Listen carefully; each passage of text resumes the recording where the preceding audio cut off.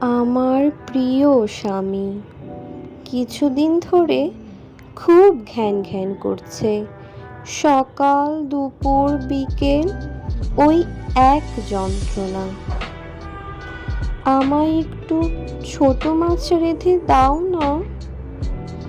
দুনিয়ায় এত কিছু থাকতে স্বামী তোমার ছোট মাছ খেতে ইচ্ছে হলো। আমি আবার আমার প্রিয় স্বামীর কোনো কথা ফেলতে পারি না। বেচারার জন্য খুব মায়া হলো। বললাম, ঠিক আছে, খাওয়াবো তোমায় রেঁধে, তবে ও যন্ত্রণার মাছ আমি কাটতে পারবো না।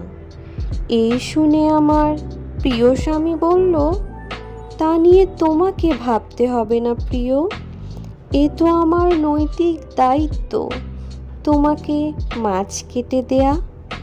আমি মনে মনে বললাম, ওসব ভালো মানসিকতা সব বুঝি। যাই হোক, রান্না শুরু করলাম।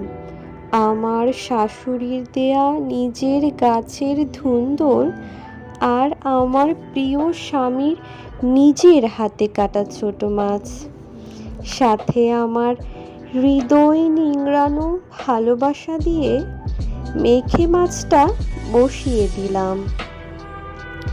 প্রিয় স্বামী খেয়ে ভারী খুশি হলো। আমি বললাম, স্বামী তুমি চাইলে আমার কলিজাটাও তোমায় রেঁধে খাওয়াবো। তুমি শুধু তোমার ওই নৈতিক দায়িত্বটুকু পালন করবে।